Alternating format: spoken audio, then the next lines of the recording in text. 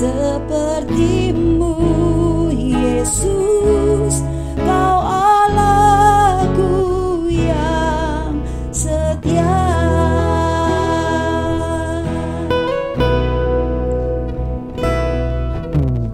Sekalipun ku berjalan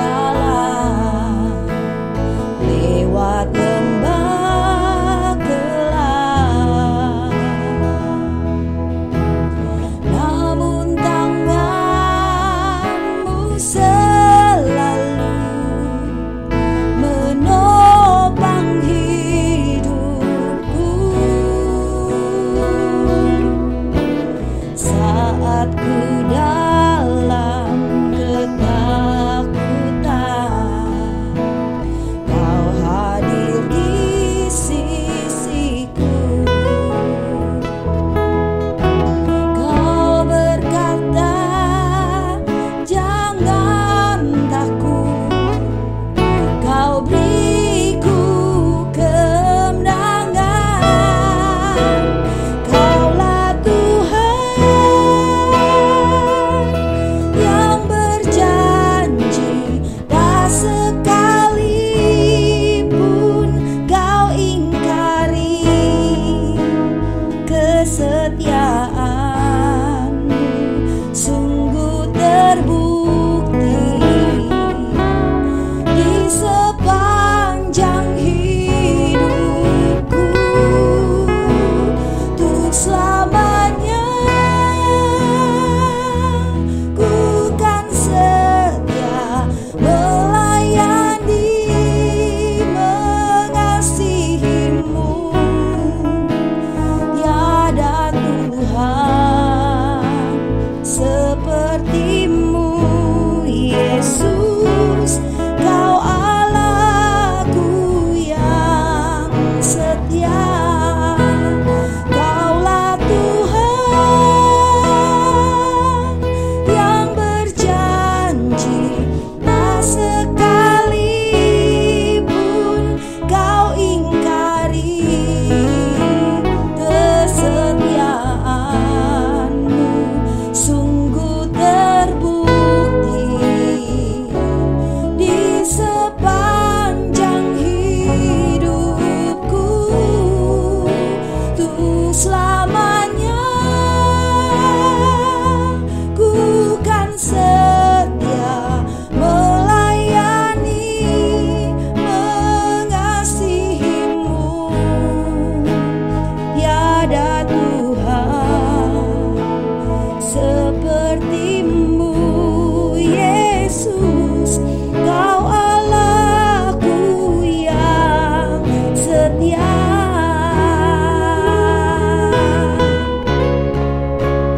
Kaulah Tuhan yang berjanji, tak sekalipun Kau ingkari kesetiaan-Mu. Sungguh terbukti di sepanjang hidupku, untuk selamanya ku kan setia melayani, mengasihi-Mu. Tiada Tuhan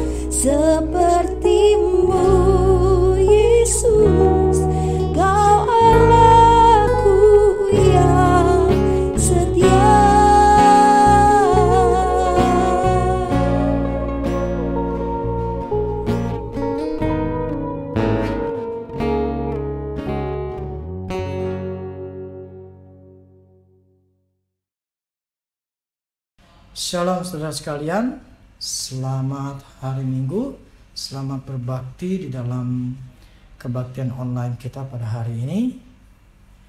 Hari ini saya ingin kita belajar mengenai firman Tuhan yang kita butuhkan dalam keseharian kita. Saya ambil di dalam Markus 11 ayat 12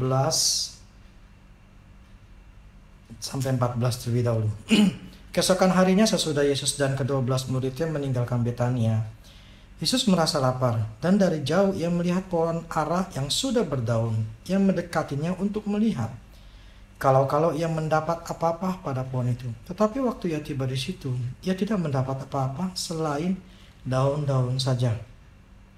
Sebab memang bukan musim buah ara. Maka katanya kepada pohon itu, "Jangan lagi seorang pun makan buahmu selama-lamanya." Dan murid-muridnya pun mendengar.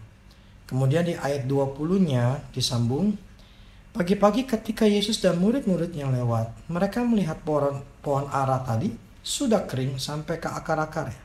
Maka teringatlah Petrus akan apa yang telah terjadi. Lalu ia berkata kepada Yesus, "Rabi, lihatlah, pohon ara yang kau kutuk itu sudah kering." Yesus menjawab mereka, "Percayalah kepada Allah. Aku berkata kepadamu, sesungguhnya barang siapa berkata kepada gunung ini, beranjaklah dan tercampaklah ke dalam laut, asal tidak bimbang hatinya tetapi percaya bahwa apa yang dikatakannya itu akan terjadi, maka hal itu akan terjadi baginya. Karena itu aku berkata kepadamu, apa saja yang kamu minta dan doakan, percayalah bahwa kamu telah menerimanya, maka hal itu akan diberikan kepadamu. Dan jika kamu berdiri untuk berdoa, ampuni dahulu kiranya ada barang sesuatu dalam hatimu terhadap seseorang, supaya juga Bapamu yang di surga mengampuni kesalahan-kesalahanmu." Oke, pada hari ini firman Tuhan berbicara masalah percayalah kepada Allah. Nah, saat ini saudara begini, Tuhan memberikan satu pelajaran, tetapi ada yang harus dikorbankan, yaitu pohon ara. Pohon itu ya Tuhan gak lakukan terhadap binatang, tetapi Tuhan lakukan terhadap pohon ara. Jadi pohon ara ini ketika Tuhan lagi lapar, jadi Yesus itu manusia 100%, ya. Jadi pada waktu di bumi dia benar total 100%. Nah, pada waktu dia lagi jalan itu dia merasa lapar, dan ketika lapar dia melihat ada pohon ara, kemudian dihampirin, kemudian tapi ternyata di pohon ara itu tidak ada buah sama sekali. Nah, waktu nggak ada buah itu ya Tuhan mengutuk itu pohon ara, gitu ya. Nah, kemudian melalui pohon ara inilah ketika Petrus melihat, karena mereka murid-muridnya mendengar, dan ketika melihat pohon ara itu ternyata kering gitu loh, sampai kelihatan akarnya itu ya, mungkin kenapa bisa, mungkin akarnya itu terlihat gitu ya, itu mati gitu loh.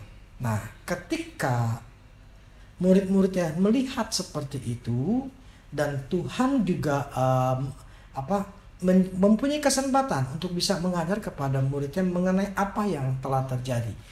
Nah, pertama kali Tuhan ngomong sama mereka ketika Petrus mengatakan, "Lihat, Tuhan lihat, pohon yang kau kutuk itu sudah mati," gitu loh, sampai ke akar-akarnya. Nah, kemudian apa yang Tuhan katakan? Dikatakan Yesus menjawab mereka, "Percayalah kepada Allah." Jadi perkataannya yang langsung yang diperkatakan atau menjawab daripada perkataan daripada si Petrus, dikatakan percayalah kepada Allah. Kalau dalam bahasa Inggris itu have faith in God, punyalah iman di dalam Allah. Jadi saat itulah Tuhan mempunyai akses untuk mengajar mengenai percaya kepada Allah. Jadi saat itu yang dikorbankan adalah pohon aranya. Nah, seringkali dalam hidup ini kita ada kalahnya hal-hal yang kita harus berkorban untuk belajar sesuatu gitu loh.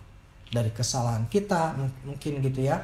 Atau hal yang lain lah, di mana Tuhan mengajarkan kepada kita walaupun ada sesuatu rugi yang harus kita alami.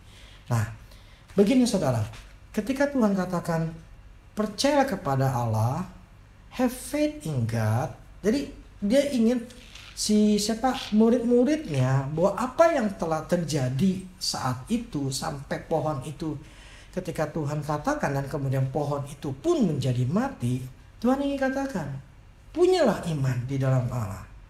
Have faith in God. Percayalah kepada Allah. Jadi apa yang telah terjadi, bagaimana itu bisa terjadi? Tuhan ingin kasih jawaban bahwa percaya kepada Allah. Jadi sesuatu ketika Tuhan mengucapkan perkataan itu terjadi gitu loh. Nah, itu membuat Petrus dan lainnya itu heran gitu loh. Kenapa itu bisa terjadi? Makanya Tuhan katakan, percayalah kepada Allah. Have faith in God. Nah, have faith in God, punya iman di dalam Allah atau percaya kepada Allah. Di dalam Allah. Artinya apa? Di dalam Allah. Jadi ini iman kita tapi di dalam Allah gitu loh. Jadi bukan iman yang di luar Allah atau iman yang berada kepada orang lain, manusia atau hal tertentu gitu. Tetapi iman kita, percaya kita ada di dalam Allah gitu loh. Bukan di dalam kekuatan kita, bukan di dalam keuangan kita, bukan di dalam hal apapun yang kita ada dalam dunia ini. Jadi Tuhan ini katakan, punyalah iman, punyalah kepercayaan di dalam aku gitu loh. Di dalam aku. Jadi kau berharaplah di dalam aku, bukan berharap kepada manusia untuk mendapatkan pertolongan. Jadi Tuhan yang katakan, punyalah iman, percayalah kepada Allah, di dalam Allah, bukan kepada di dalam hal-hal tertentu yang ada dalam dunia ini. Supaya apa? Supaya kita ngerti bahwa Tuhan ingin ajarkan bahwa semua yang terjadi, bagaimana mulutnya Allah itu berkata, mulutnya Tuhan mengutuki pohon ara, itu terjadi oleh karena percaya. Karena percaya. Percayalah kepada Allah. Punyalah iman di dalam Allah. Jadi bukan punya iman di tempat lain atau di manusia. Amin saudara. Nah ini yang harus kita punyai di dalam keseharian kita, bahwa Allah itu sanggup, Allah itu mampu. Supaya di sini Allah ingin mengajarkan, Tuhan ingin mengajarkan, have faith in God. Punyalah iman di dalam Allah, bukan di dalam hal yang lain. Nah, kemudian Tuhan sambung. Oh ya, tunggu. Saudara gini, kalau di dalam bahasa Inggrisnya yang Amplified Bible, itu katakan punyalah iman di dalam Allah disambung dengan continue. Jadi selalu ada. Jadi punya iman yang selalu continue gitu loh, selalu ada gitu loh. Bukan punya iman cuma hari Minggu, cuma ketika dengar khotbah, tapi setelah itu nggak punya iman lagi. Jadi hidup di dalam ketakutan lagi, kekhawatiran lagi, tidak percaya sama Tuhan. Jadi continue. Jadi sifatnya iman itu adalah secara terus menerus, bukan sesekali. Nah, Tuhan sambung, dikatakan gini. Aku berkata kepadamu, sesungguhnya barang siapa berkata kepada gunung ini, beranjaklah dan tercampaklah ke dalam laut. Asal tidak bimbang hati, tetapi percaya bahwa apa yang dikatakan itu akan terjadi, maka hal itu akan terjadi baginya. Nah, begini saudara. Tuhan kemudian katakan, barang siapa berkata kepada gunung ini, beranjaklah, maka itu gunung pindah. Jadi Tuhan katakan gini, gunung ini berarti gunungnya itu bukan gunung yang jauh. Ada kata ini gitu loh. Jadi gunung itu melambangkan apa yang ada di depan mata kita gitu loh. Gunung ini, gunung yang ada di depan mata. Jadi bukan di gunung itu, tetapi di gunung ini. Jadi sifatnya itu Tuhan ingin ada jarak yang dekat gitu loh. Sesuatu yang bisa terlihat. Jadi Tuhan ingin katakan begini. Kita ini pasti katakan kepada gunung itu adalah sebuah atau sesuatu yang sedang kita hadapi. Entah itu masalah keuangan, pekerjaan, keluarga, sakit, pokoknya 5 aspek kehidupan kita, yaitu kerohanian, keluarga, kemudian pekerjaan, keuangan, dan kesehatan. Jadi di depan mata kita atau di depan kita sendiri yang sedang kita alami, kita ini mempunyai gunung. Kita mempunyai sebuah masalah yang ada di depan kita, di mana masalah ini atau gunung ini ada. Nah, gini saudara, yang namanya gunung tidak ada yang kecil gitu loh. Yang namanya gunung itu pasti besar, ya kan? Yang kecil itu ya bukit. Yang namanya gunung itu berarti besar. Nah, artinya Tuhan ingin katakan bahwa kita gunung ini berarti dia tahu bahwa manusia akan melihat sebuah masalah atau masalah itu seperti gunung, seperti besar. Yang bagi kita akan melihat ini sesuatu yang sulit dan gak mungkin gitu loh. Jadi Tuhan tahu apa yang terjadi di dalam kehidupan kita manusia, sehingga dikatakan gunung ini. Dia tidak mengatakan bukit gitu loh. Artinya dia tahu manusia, sudut pandang manusia mayoritas adalah melihat masalah itu sesuatu yang sangat besar, yang sulit dicapai, bahkan kelihatannya tidak mungkin. Itu maksud gunung. Kita semua secara manusiawi, kita akan melihat bahwa masalah-masalah kita itu sesuatu yang sangat sulit. Sulit sekali untuk bisa kita mendapat jawaban atau kita mengalami breakthrough gitu ya, kelepasan. Nah, hal seperti itu akan sulit karena kita ya itulah gunungnya kita. Nah, tetapi Tuhan ini mengatakan begini. Barang siapa kepada gunung ini, beranjaklah dan tercampaklah ke dalam laut. Jadi barang siapa yang berkata kepada masalahmu yang ada di depanmu yang tinggi besar, Tuhan katakan, asal tidak berimbang hati, tetapi percaya bahwa apa yang dikatakan itu akan terjadi, maka hal itu akan terjadi baginya.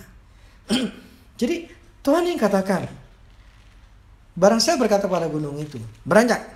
Asal nggak punya bimbang, ya, asal tidak punya keraguan, apa yang dikatakan itu akan terjadi. Nah, jadi saudara, ini memang kelihatan klise,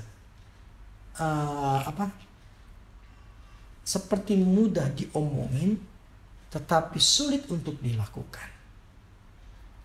Saya pernah ngalamin seperti ini.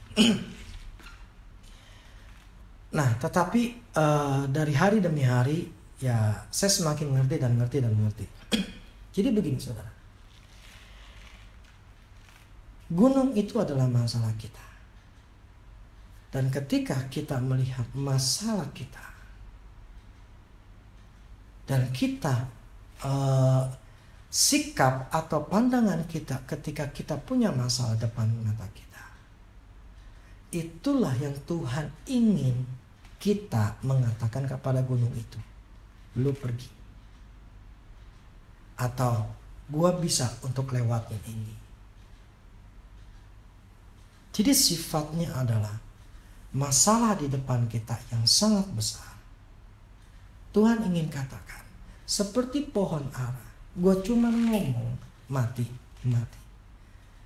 Dan Tuhan ingin katakan sama seperti itu jugalah ketika engkau ngomong kepada masalahmu.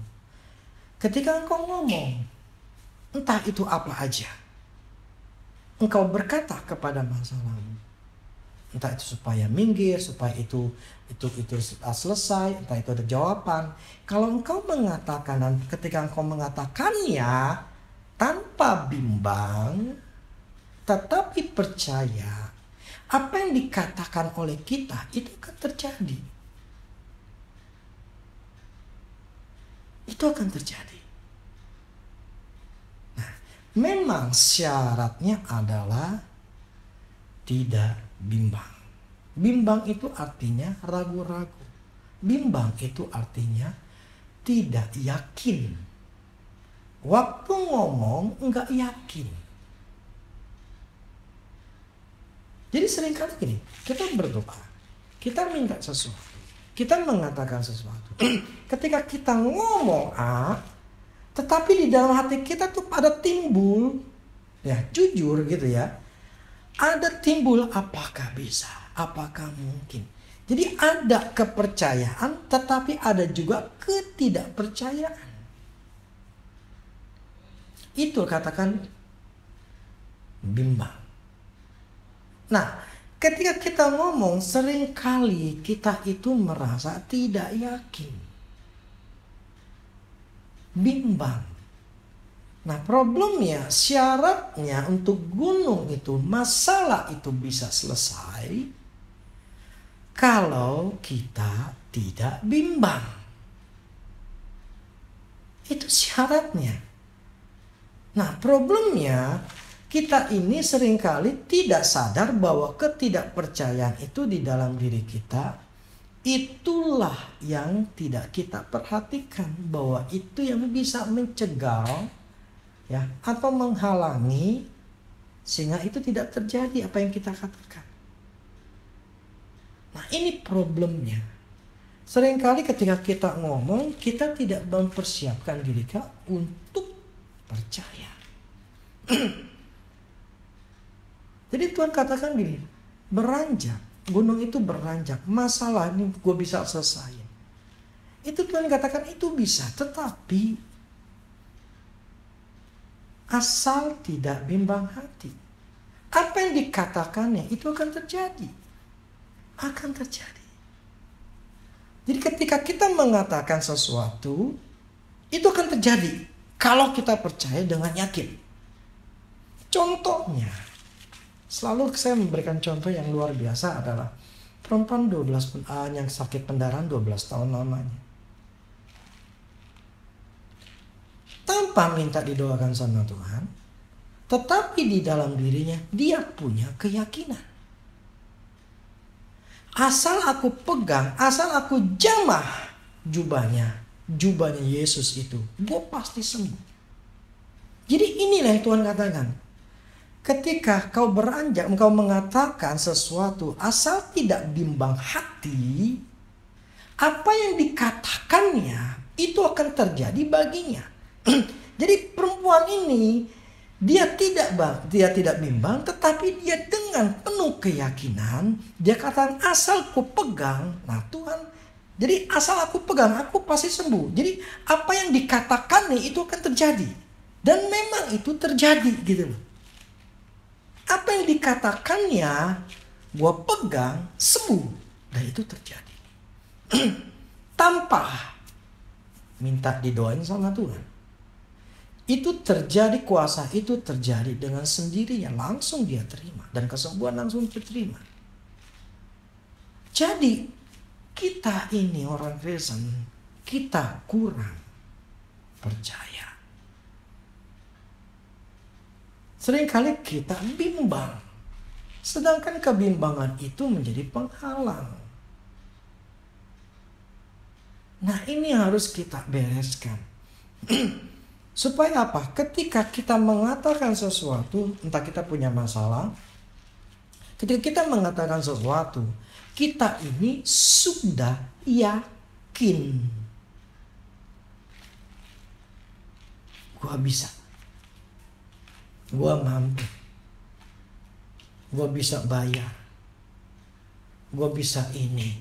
Gua bisa itu. Nah, saudara begini.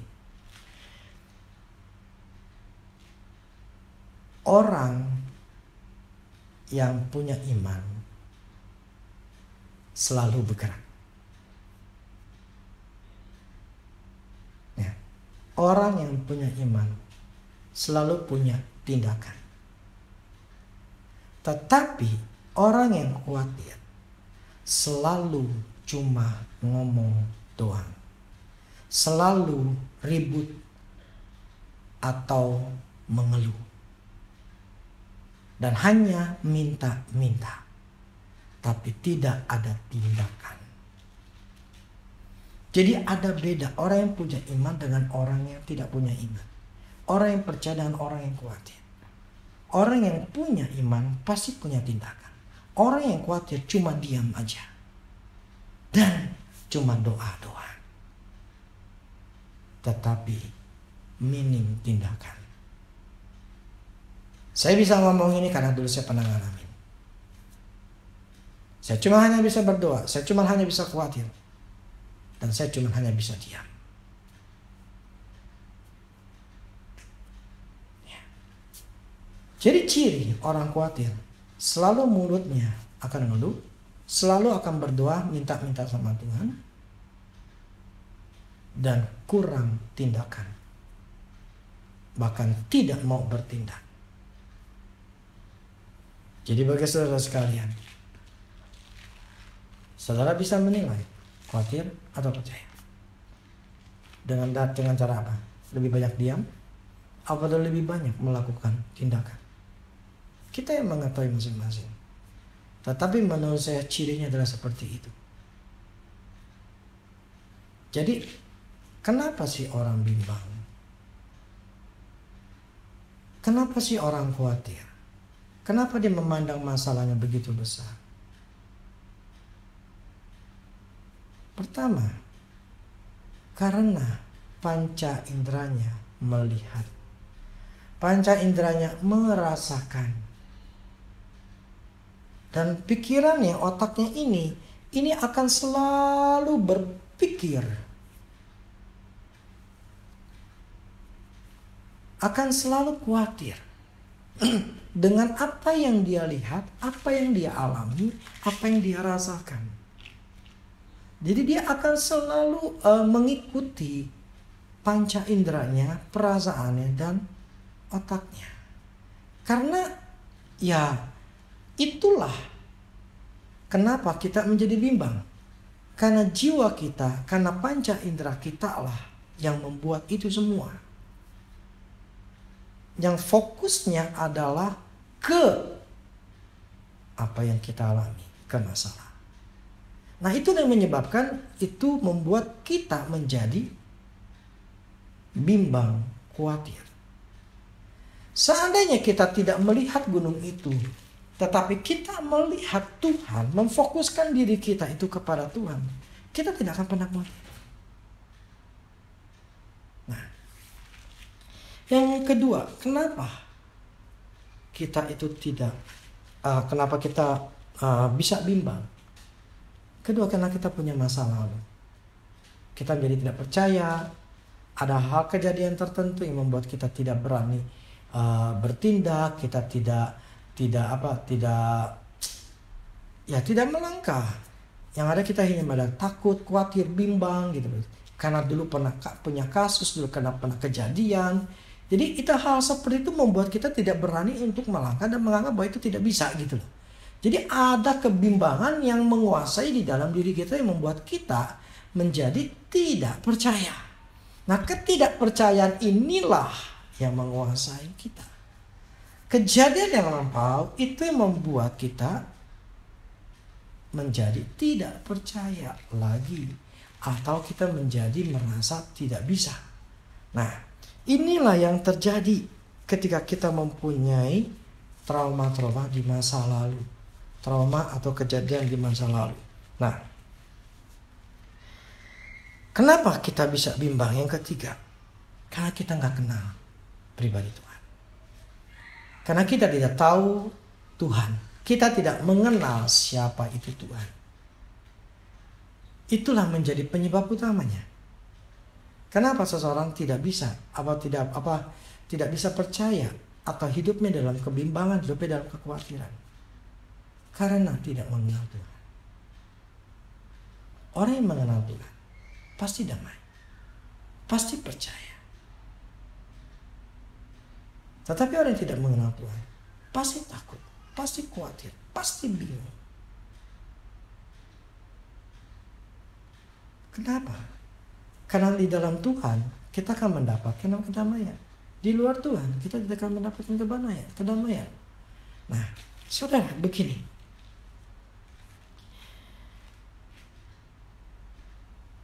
ketika kita melihat gunung di depan kita, masalah di depan kita yang begitu besar, itu dibutuhkan kepercayaan. Itu dibutuhkan kepercayaan yang solid. Kita semua diberikan iman. Iman kita tuh semuanya sama. Iman kepada Kristus itu semuanya sama. Tetapi membedakannya adalah kadar kepercayaan dan ketidakpercayaannya.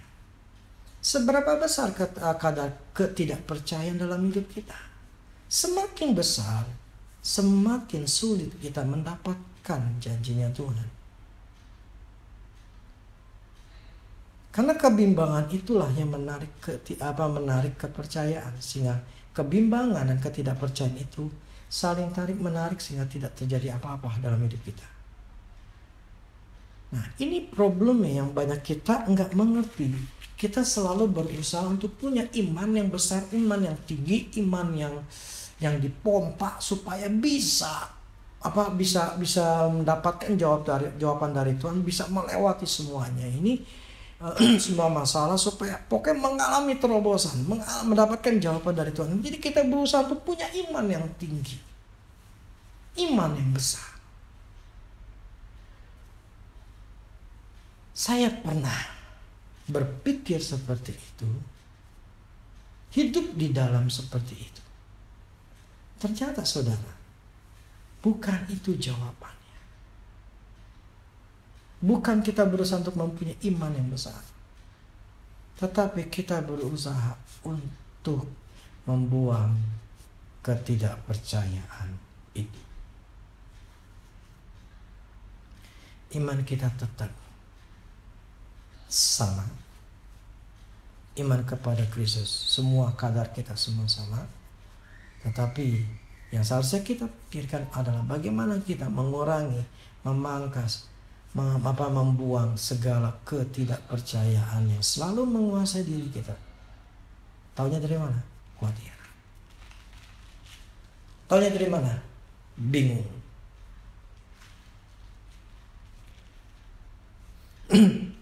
Nah, saudara, ini harus kita bisa mengerti. Inilah yang harus kita perhatikan. Jadi seringkali saya beberapa kali bisa bicara masalah ini. Karena memang seperti ini. Banyak kita nggak mengerti bahwa yang harus kita bereskan adalah ketidakpercayaan. Have faith in God. Punyalah iman di dalam, punyalah kepercayaan kepada Allah. Asal tidak bimbang hatinya. Kau mengatakan kepada gunung itu, beranjak. Apapun yang dikatakan orang itu akan terjadi kepadanya. Jadi itu akan terjadi kepadanya. Tadi seperti saya katakan tadi bahwa seringkali ketika kita ngomong, kita minta sesuatu dan kita berharap dan juga kita ingin punya seperti entah itu cita-cita, entah itu tindakan kita, ini pasti gue bisa. Nah, ketika kita ngomong, gue akan lakukan, gue pasti bisa. Tapi di dalam diri kita juga ada timbul pertanyaan. Bisa gak ya? Mungkin gak ya? Kita seringkali seperti itu kan. Kita berdoa, kita minta sesuatu, kita berharap sesuatu, tetapi yang muncul bukan keyakinan yang kuat, sangat yakin, tetapi justru yang muncul adalah apakah mungkin. Jadi ada pertanyaan gitu. Tetapi yang perempuan 12 tahun pendarahan, ketika dia ambil keputusan, asal gue pegang, gue sembuh. Apa yang dikatakannya itu terjadi. Jadi itulah syaratnya. Apapun saat ini dalam hidup kita yang sedang kita saya nggak suka kata ngomong digumulkan ya. Yang sedang kita hadapi. Yang sedang kita hadapi. Bagaimana kita bisa melewati semua dan kita bisa mendapatkan. Syaratnya adalah percaya. Syaratnya adalah tidak boleh ada kebimbangan. Nah, saudara, bagaimana caranya kita bisa menghilangkan kebimbangan atau ketidakpercayaan itu?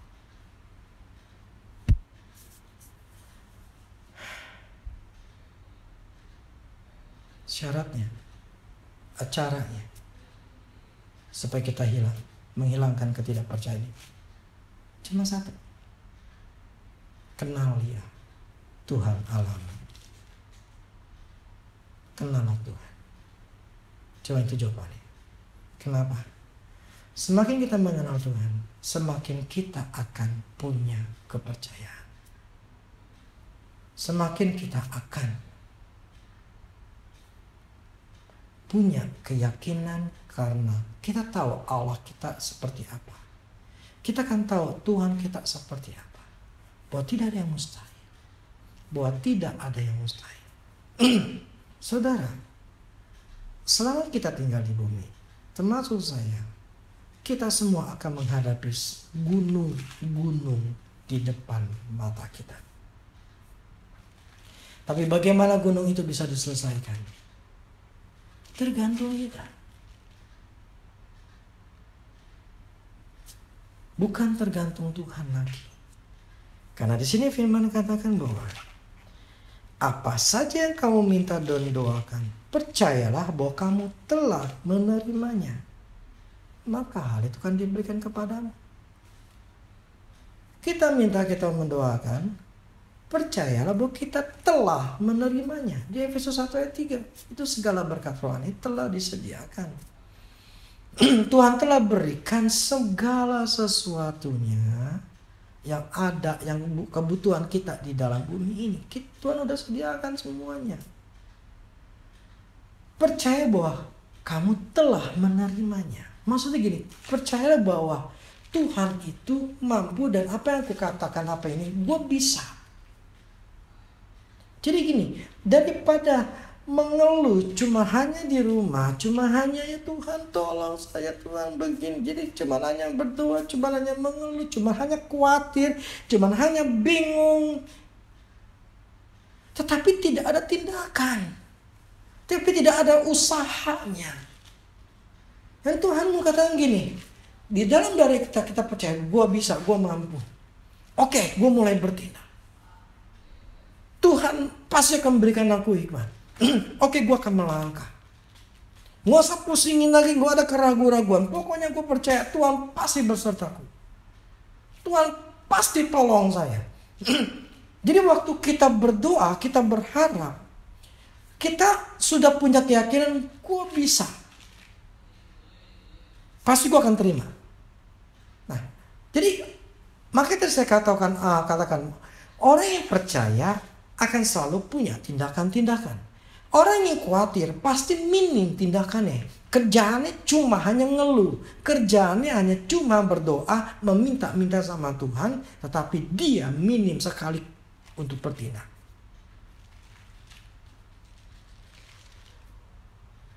Jadi apa saja yang dikatakannya, itu akan terjadi baginya kalau tidak bimbang. Karena dia percaya telah menerimanya. Yang perempuan 12 tahun pendarahan pun juga seperti itu. Percaya, asal gue pegang, gue sembuh. Jadi biar kita punya satu keyakinan, asal gue ngelakuin ini, gue bisa. Jadi hal seperti itu, ya memang harus sesuai dengan kehendak Tuhan ya. Semuanya tetap harus sesuai dengan kehendak Tuhan. Bukan kita seenaknya juga gitu loh. Kita harus tahu kehendak Tuhan atau tidak kehendak Tuhan. Tetapi yang sifatnya adalah memang satu kebutuhan kita sehari-hari. Percayalah bahwa Allah sanggup. Percaya bahwa ketika kita melangkah, Tuhan pasti beserta dengan kita. Tapi kalau kita cuma hanya berdiam diri, ya tidak akan terjadi apa-apa. Jadi membuat kita kehilangan, kebimbangan ada dengan mendekatkan diri kepada Tuhan. Dengan mengenal Tuhan. Makanya butuh waktu kita sama Tuhan. Kalau kita nggak kenal Tuhan, nggak akan yang namanya kita percaya. Yang orang gini loh, orang kenal Tuhan pasti percaya dan tenang hidupnya. Tetapi orang yang khawatir adalah orang yang tidak kenal Tuhan. Karena dia dalam keadaan bingung, nggak punya kepastian. Nah inilah problemnya. Jadi saudara, hiduplah dekat dengan Allah, bergaul dengan Allah supaya hidup kita aman. Sebab ketika kita punya pergaulan dengan Tuhan, kita akan aman, kita punya iman, kepercayaan, kita punya keyakinan. Tetapi kalau kita menjauh dari Tuhan, kita tidak akan punya keyakinan, kita tidak akan punya namanya kepercayaan. Kemarin saya konseling teman saya minta konseling sama saya. Dia jatuh lagi di dalam dosa judi. Sampai dia pengen mau bunuh diri. Dia katakan begini, ini akibat daripada dia gereja tempat lain. Gerejanya tutup karena gara-gara COVID. Itu membuat dia tidak punya pegangan atau tidak mendengarkan firman Tuhan. Saya katakan, kenapa nggak dengar? Di YouTube kan ada. Ibadah online kan ada. Dia nggak lakuin. Akhirnya apa? Ketika ada godaan, dia tidak bisa bertahan dan akhirnya jatuh.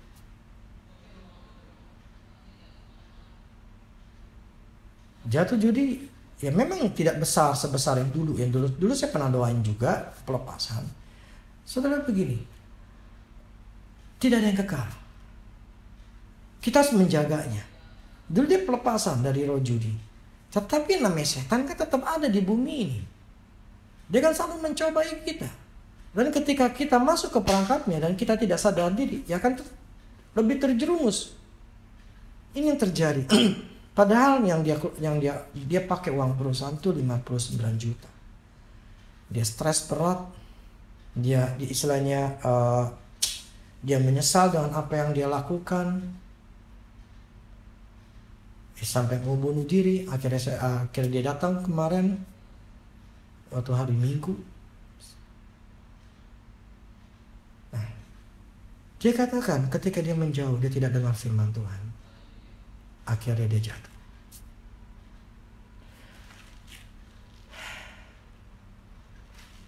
Apakah kita sangat kuat sehingga tidak butuh Tuhan? Apakah kita terlalu kuat sehingga kita tidak perlu dengar khotbah setiap hari Minggu? Apa kita enggak butuh Tuhan sehingga gue lagi pentingin kerjaan, gue pentingin yang lain dibandingin gue mesti setiap minggu dengerin khotbah, atau setiap hari gue mesti cari Tuhan? Kita lebih kuat. Ada dua prinsip yang Tuhan ajarkan sama saya. Prinsip pertama gini, di mana ada dosa, setan kerja. Di mana ada kebenaran, Tuhan yang kerja. Itu prinsip pertama. Yang kedua, jauh dari Tuhan. Ya, kita menjauh dari Tuhan, setan yang akan dekat.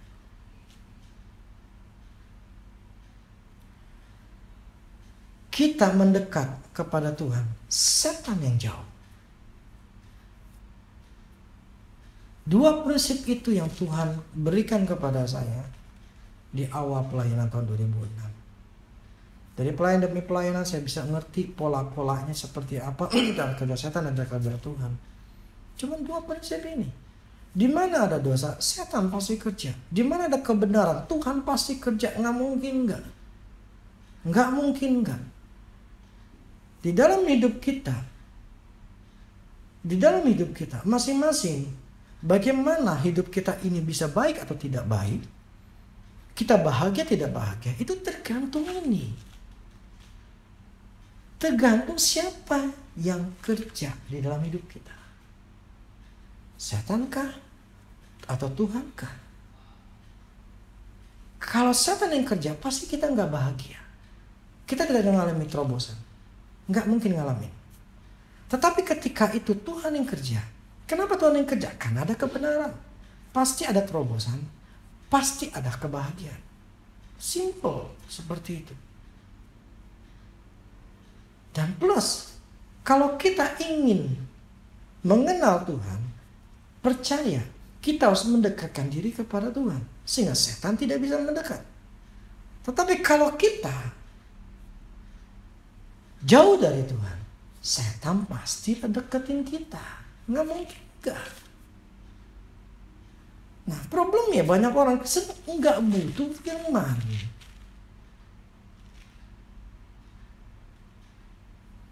Kena masalah, baru ke Tuhan. Udah dirusak sama setan, dikerjain oleh setan, baru datang ke Tuhan. Ini kayak teman saya. Udah dirusak baru sadar. Apakah kita yang dengar ini biar dirusak dulu, baru sadar, baru ke Tuhan? Kenapa sih nggak pentingin Tuhan? Kenapa sih nggak cari Tuhan? Kenapa sih nggak mentingin kebaktian 10:30 ini tiap hari Minggu? Apakah kita lebih kuat tanpa Tuhan? Tetapi banyak dari kita menyepelekan kebaktian online ini. Merasa nggak perlu. Memang itu keputusan kita sih. Masing-masing hidup kita yang menentukan kita mau bahagia atau tidak bahagia. Kita merasa butuh Tuhan atau tidak butuh Tuhan, kan kita yang putuskan. Tetapi hari ini saya cuma hanya mengajarkan apa yang Tuhan katakan gitu. Apa saja yang kau katakan kepada gunung itu, pergi beranjak. Dan apa saja yang kau katakan, itu akan terjadi bagimu. Asal tidak bimbang hati. Ketika kau minta berdoa, kalau kau minta dan doakan, kamu percaya kamu telah menerima, maka diberikan kepadamu. Tetapi itu semuanya tidak bisa kita dapat tanpa mengenal Tuhan. Jadi ini bukan klise. Ini sesuatu yang sebetulnya mesti bayar harga, sesuatu yang sulit. Bukan berarti itu tidak mungkin. Mungkin. Karena dibutuhkan kita bayar harganya. Mana yang lebih penting? Tuhan? Atau perut kita, pekerjaan kita? Atau apa?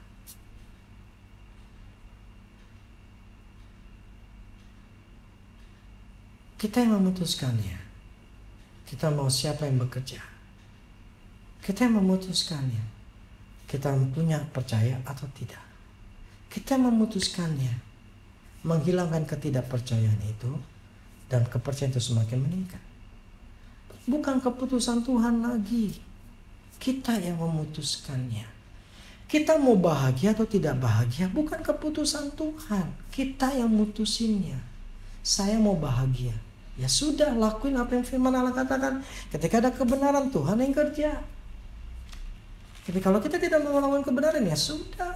Itu urusan kita masing-masing. Ya mau tetap susah, tetap susah. Mau tetap khawatir, ya khawatir.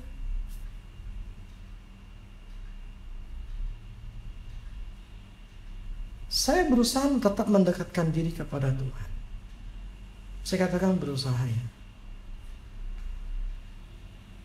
Saya berusaha untuk mencari waktu bergaul dengan Tuhan.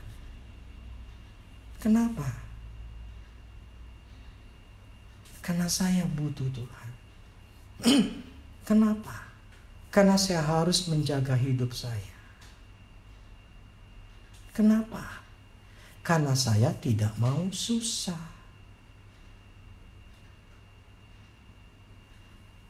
Hanya di dalam Tuhan kok saya nggak susah. Hanya di dalam Tuhan saya bahagia.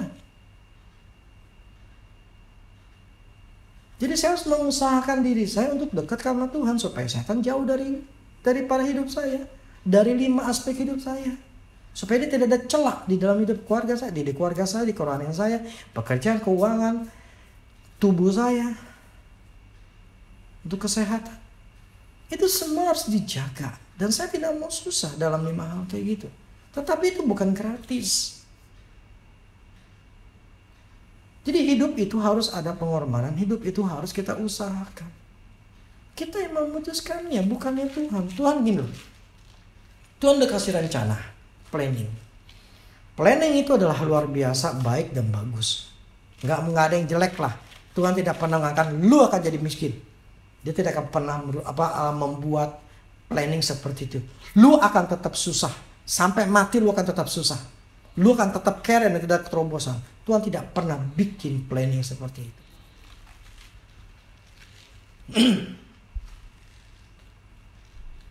Tuhan memberikan planning, rencana yang berhasil, yang mulia, yang bagus semuanya. Tapi berapa persen orang Kristen yang mampu yang mendapatkan rencana Tuhan? Sedikit sekali. Karena untuk mencapai itu tidak mudah. Tidak mudah. Butuh pengorbanan. Karena itu saudara, carilah Tuhan. Carilah kerajaan Allah terlebih dahulu. Punyalah waktu sama Tuhan. Untuk mengenal Tuhan. Karena tidak ada mustahil. Tidak ada mustahil bagi orang percaya. Jadi saat ini, apapun masalah kita, gunung di depan kita, sesuatu yang ada di depan kita yang cukup besar, yang cukup sulit, bahkan itu kelihatan yang mustahil, kita bisa mengatakan masalah itu, gunung itu harus beres. Tetapi butuh syarat. Syaratnya adalah percaya. Syaratnya tidak boleh ragu. Tidak ada keraguan. Tidak ada keyakinan. Itu syaratnya, tidak boleh ada hal-hal seperti itu. Baru kita akan, apapun yang kita katakan, itu pasti terjadi. Ya saudara. Jadi kita tidak bisa mengklaim ini firman Tuhan kalau kita tidak melihat kondisi diri kita. Kita harus mengusahakannya untuk kita membuang ketidakpercayaan itu dengan cara mengenal Tuhan. Tidak ada cara lain. Tidak ada cara lain yang instan. Tidak ada. Percaya saudara, saya sudah coba banyak hal. Tidak ada yang berhasil. Semuanya ketika saya mengenal firman Tuhan, mengenal cara kerjanya Tuhan, mengenal kebenaran, barulah terjadi perubahan demi perubahan.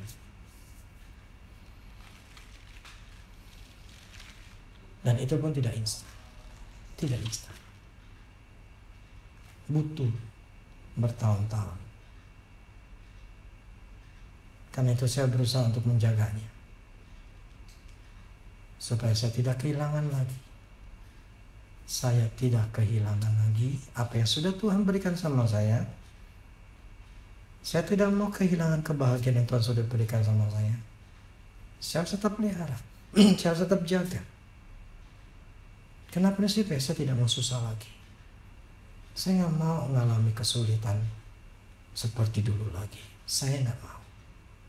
Nggak enak. Sangat tidak enak. Jadi sekali lagi, tidak ada yang kekal di bumi ini. Termasuk keuangan, pekerjaan, kerohanian, semua tidak ada yang kekal. Enggak ada. Ketika kita diberikan, bisa nggak kita mempertahankannya? Itulah yang sekarang saya kerjakan. Mempertahankannya dan sampai menjadi lebih baik lagi. Karena janji Allah itu luar biasa. Rencana Allah itu baik dan luar biasa. Kita tinggal memutuskan ya, kita mau ambil, kita berusaha untuk memperolehnya, atau kita yaudah mengalir aja. Jadi menyerah. Saudara, inilah firman Tuhan yang kita bisa pelajari, yang dimana Tuhan mengajari murid ya ketika pohon ara itu dia kutuk. Nah, proses itu ada prosesnya saudara. Itu dikatakan pagi-pagi. Jadi kemarin sebelumnya itu Tuhan mengutuk itu pohon ara, baru besokannya terlihat akarnya. Artinya ada proses atau manifestasinya yang membuat pohon ara itu terlihat mati gitu loh. Jadi ketika Tuhan ngomong dalam 1 detik, ya itu kan namanya pohon kan pasti dari akarnya dulu. Ketika akarnya tidak ada makanan, ya lama-lama ya akan kering lah semuanya gitu loh. Nah cuman prosesnya itu cepat sekali, jadi proses akar, kematian akar ini sehingga tidak ada nutrisi lagi ke batang, ke pohon, ke daun segala macam, sehingga terlihat tuh dengan kasat mata ternyata udah kering gitu loh.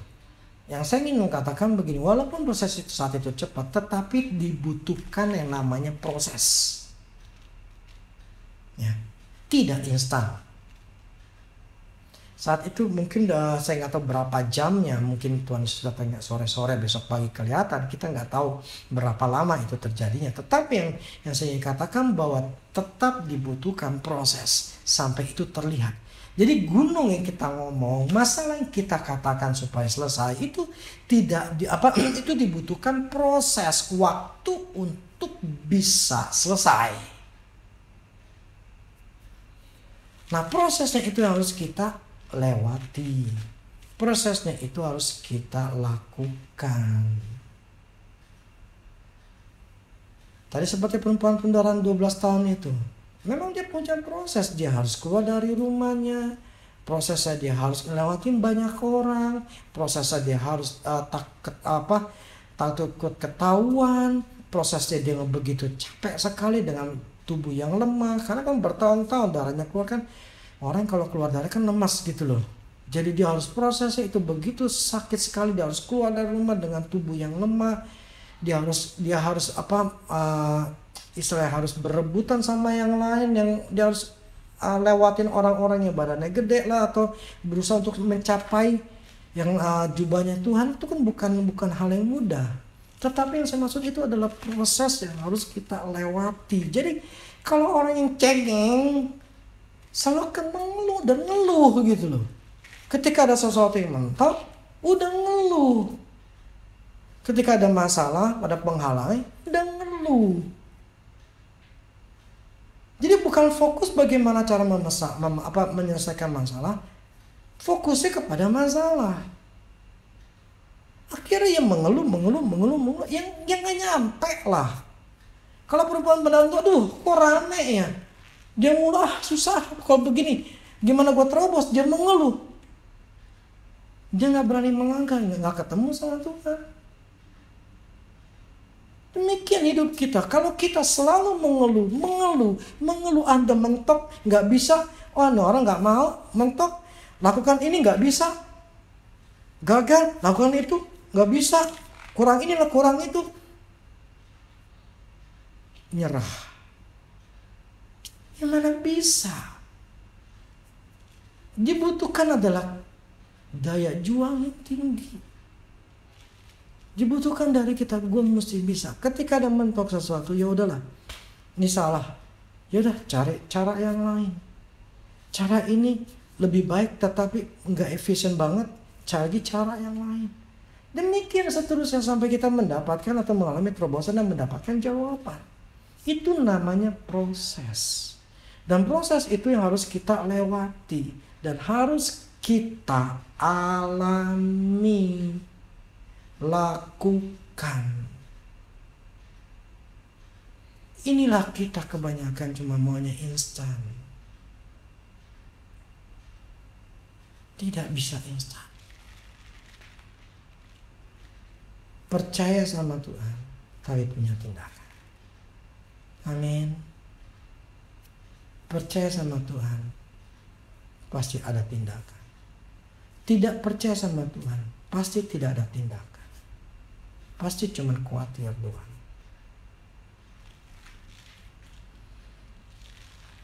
Amin saudara.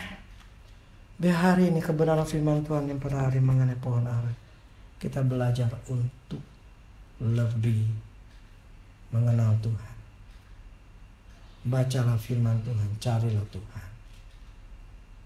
Hiduplah untuk Tuhan. Amin. Ikut Tuhan. Cari Tuhan, enggak ngerugiin. menguntungkan, untung. Jadi untung kita. Jadi bukan kita menjadi terikat lah waktu nggak bisa ngerti. Enggak, kita jadi untung. Jadi mengenal Tuhan, mementingkan Tuhan, kita yang untung. Carilah Tuhan, dekat sama Tuhan. Bergaul sama Tuhan, kenallah Tuhan, maka percaya kita akan semakin kuat. Jadi bukan kita berusaha mendapatkan iman. Stop, percuma. Iman sudah ada.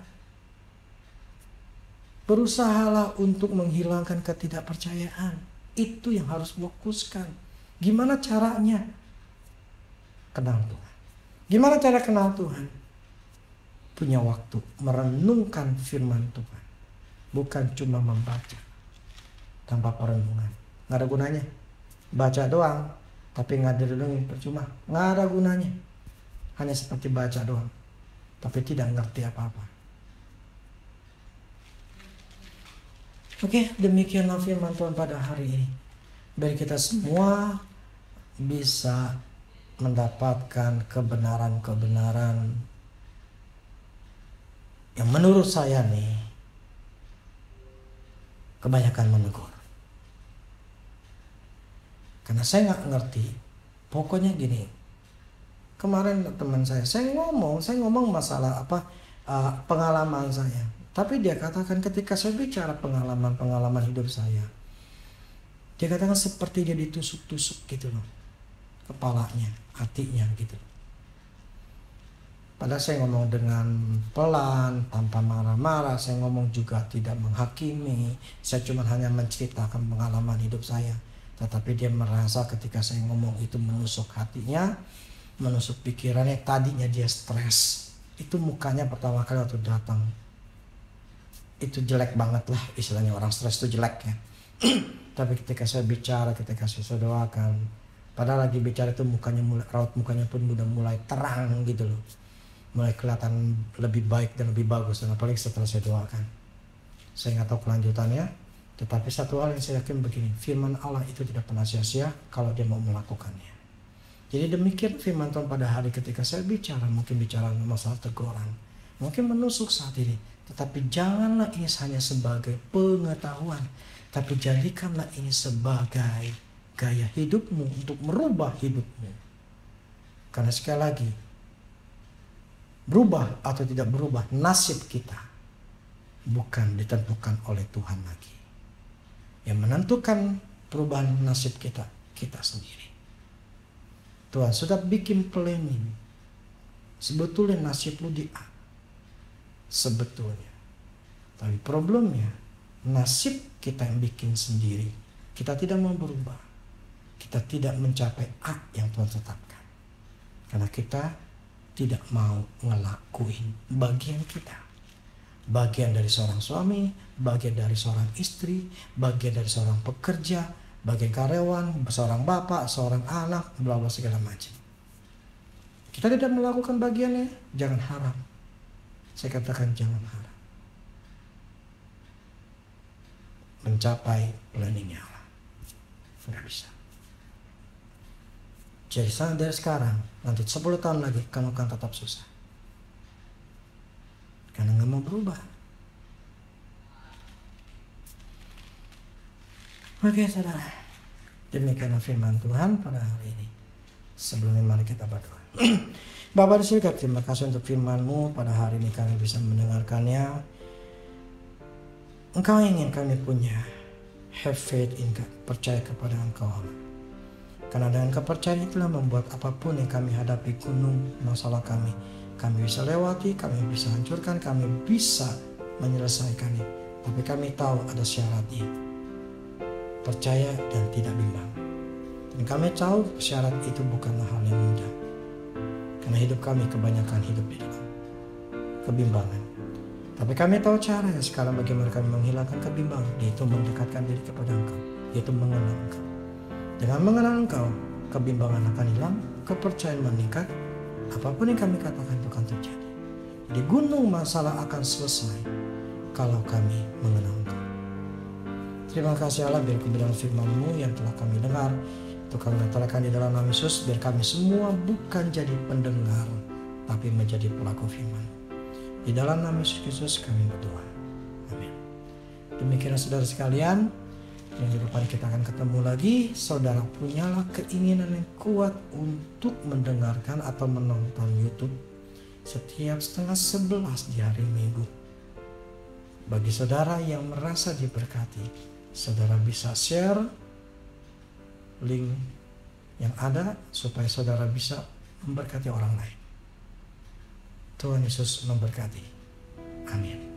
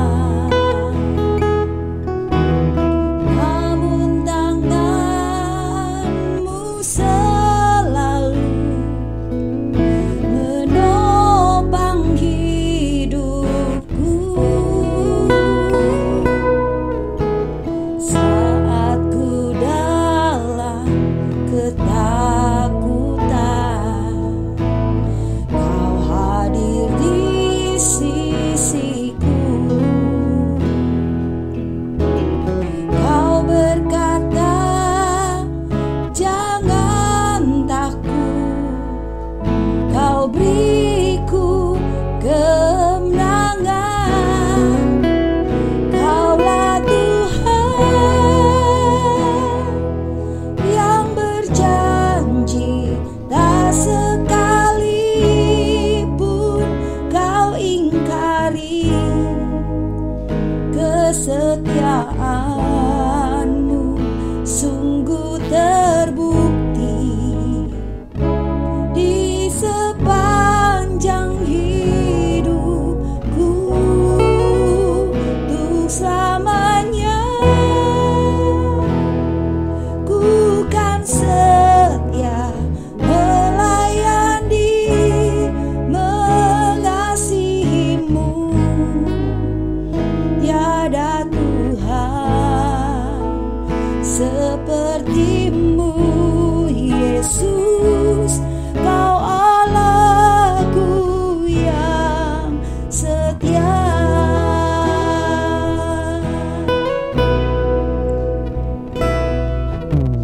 Sekalipun ku berjalan lewat lembah gelap, namun tangan-Mu selalu menopang hidupku. Saat ku